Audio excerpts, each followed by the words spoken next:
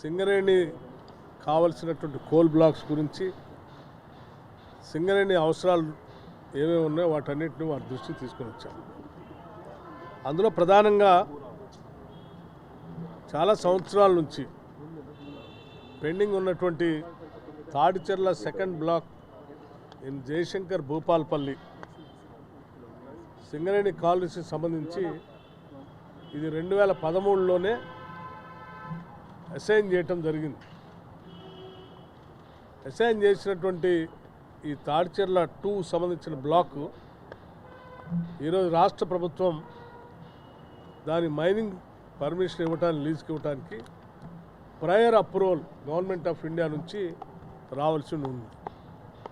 10 ఏళ్లుగా గత ప్రభుత్వం ఈ ప్రయర్ అప్రూవల్ తీసుకోకపోవటం వల్ల ఈరోజు సింగరేణికి సంబంధించినటువంటి ఈ తాడిచెర్ల కోల్ బ్లాక్ మనం ఆడ మైనింగ్ చేసుకోలేనటువంటి పరిస్థితిలో ఉన్నాం. ఈరోజు పవర్ డిమాండ్ పెరిగిన దృష్ట్యా కోల్ ప్రొడక్షన్ కూడా పెంచుకోవాల్సినటువంటి అవసరం ఉంది. ఎంతో అవసరం ఉన్నటువంటి కోల్ ప్రొడక్షన్ పెంచుకోవడానికి బాగా ఉపయోగపడేటువంటి ఈ తాడిచెర్ల కోల్ బ్లాక్ 2 దాదాపు 5 మిలియన్ టన్స్ ఉత్పత్తి చేసుకోవడానికి పనికొచ్చేటువంటి ఈ కోల్ బ్లాక్ని అశ్రద్ధ చేయటం వల్ల ఈరోజు సింగరేణి కానీ రాష్ట్రం కానీ చాలా నష్టపోయినటువంటి విషయం కూడా మనందరికీ తెలుసు. దానికోసం ప్రత్యేకంగా మంత్రి గారికి లేఖ రాసి దానికి సంబంధించిన సమస్యను వారి దృష్టికి తీసుకొని వచ్చి ఇది ఆల్రెడీ 2010 చేసింది, దీనికి సంబంధించి ప్రయర్ అప్రూవల్ కోసం ఇక్కడ పెండింగ్ ఉంది అని చెప్పి వారిని కన్విన్స్ చేయటం, వారు మనం రిప్రజెంటేషన్ ఇచ్చిన తర్వాత దానికి సంబంధించిన సమాచారం సంపూర్ణంగా వారికి మేము ఫర్నిష్ చేసిన తర్వాత వారు సహృదయంతో ఈ తాడిచెర్ల కోల్ బ్లాక్ 2కి సంబంధించి త్వరలోనే ప్రయర్ అప్రూవల్ ఇస్తామని చెప్పేసి వారు చెప్పడం జరిగింది. ఇది ఒక సింగరేణికి సంబంధించి అట్లాగే తెలంగాణ రాష్ట్రానికి సంబంధించి ఒక మంచి శుభవార్తగా బాగా ఉపయోగపడేటువంటి కార్యక్రమంగా నేను తెలంగాణ ప్రజలకి అందరికీ కూడా ఈ విషయం మీ ద్వారా తెలియజేస్తూ ఉన్నాను. దీనివల్ల 30 సంవత్సరాలు దాదాపు ఒక 5 మిలియన్ టన్స్ కోల్ 30 సంవత్సరాలు అది పెరిగి మన సింగరేణి కాలనీస్ లాభాల్లో తీసుకొని రావడానికి రాష్ట్రానికి ఉపయోగపడుతుంది. అలాగే సింగరేణి పరిసర ప్రాంతాల్లో ఉన్నటువంటి మిగతా కోల్ బ్లాక్స్ గురించి మాట్లాడటం, అట్లాగే నైని బ్లాక్ సంబంధించి ఒరిస్సాలో ఉన్నటువంటి బ్లాక్ సంబంధించి ఇంతవరకు మనకు అక్కడ అలాట్మెంట్ అయినప్పటికి కూడా గత 10 ఏళ్ళుగా దానికి సంబంధించి ఒరిస్సాలో మైనింగ్ చేయడానికి కావాల్సిన పర్మిషన్స్ తెచ్చుకోలేకపోవటం, దానివల్ల పెద్ద ఎత్తున తెలంగాణ రాష్ట్రం కూడా నష్టపోయింది. ఉదాహరణకి జైపూర్ పవర్ ప్లాంట్కి ఆ నైని కోల్ బ్లాక్ని ఆ రోజు దానికి అలాట్ చేశారు.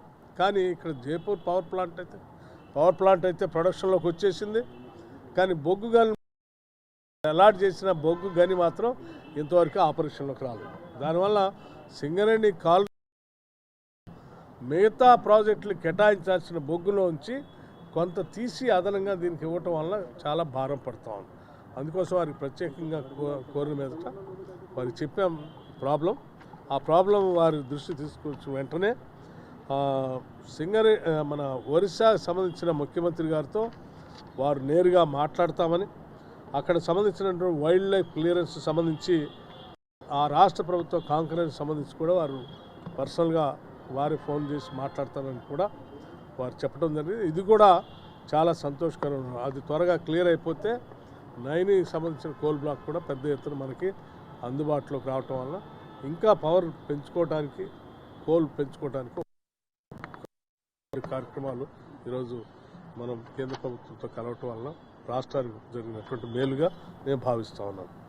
అట్లాగే ఇప్పుడు ఆర్కే సింగ్ గారిని కూడా కలిశాం, పవర్ మినిస్టర్. ఈ 2 శాఖలు కూడా నేనే చూస్తూ ఉన్నాను.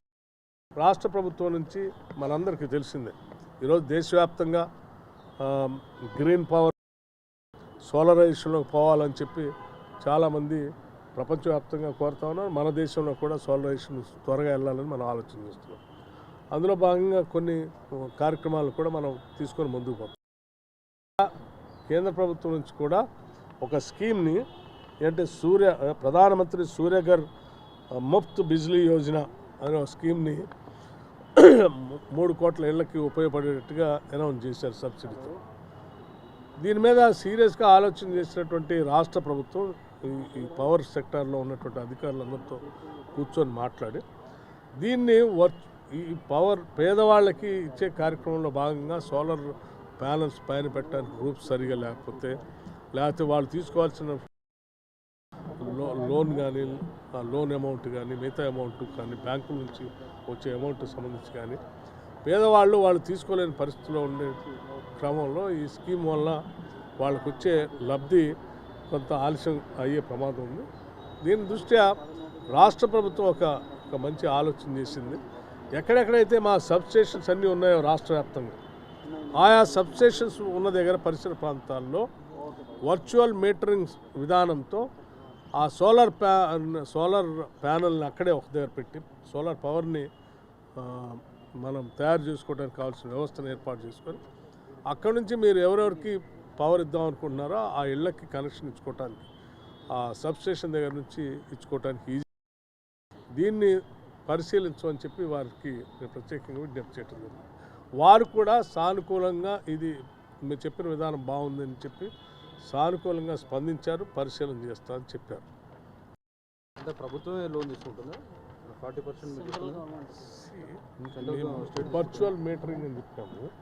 అంటే సబ్స్టేషన్స్ దగ్గర సోలార్ పవర్ సంబంధించి గవర్నమెంటే ముందుకు వచ్చి సబ్స్టేషన్స్ దగ్గర కేంద్ర ప్రభుత్వం నుంచి వచ్చేటువంటి సబ్సిడీ అది కాకుండా మిగతా అమౌంట్ సంబంధించి రాష్ట్ర ప్రభుత్వమే ముందు తీసుకుని పోయే కార్యక్రమాన్ని ఒక ప్రణాళిక తయారు చేసుకొని వారి దృష్టికి తీసుకొచ్చాం. దీనివల్ల సోలరైజేషన్ అనేది ఫాస్ట్గా చేయడానికి అవకాశం ఏర్పడుతుంది.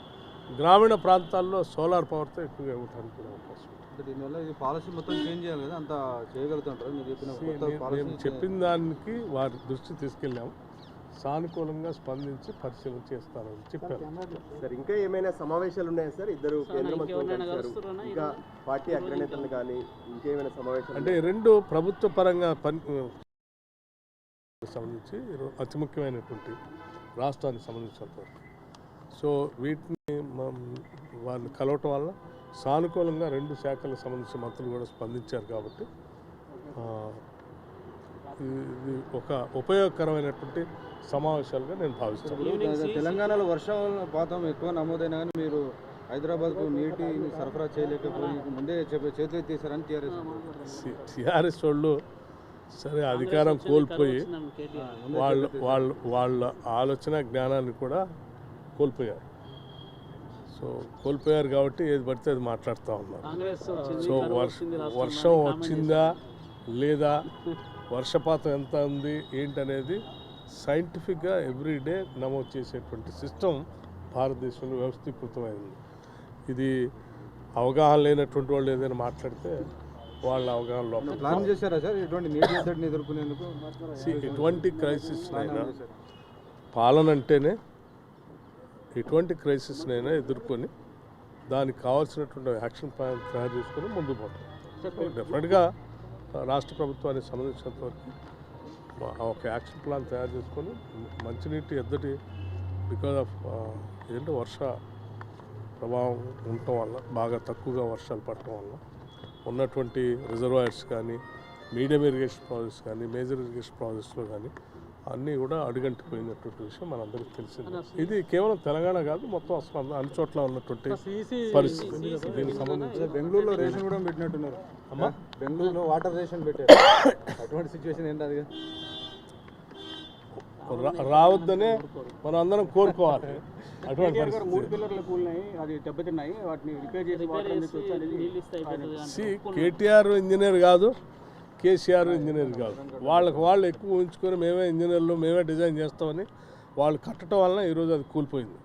సో ఇప్పటికైనా వాళ్ళు ఆ డ్యామ్ సేఫ్టీ అధికారులు లేకపోతే ఆ ఇంజనీరింగ్ నిపుణులు వాళ్ళు పరిశీలన చేసి వాళ్ళు చెప్పినట్టు చేయడానికి అవకాశం ఇస్తున్నాం. అడగోలుగా మాట్లాడటం అనవసరం.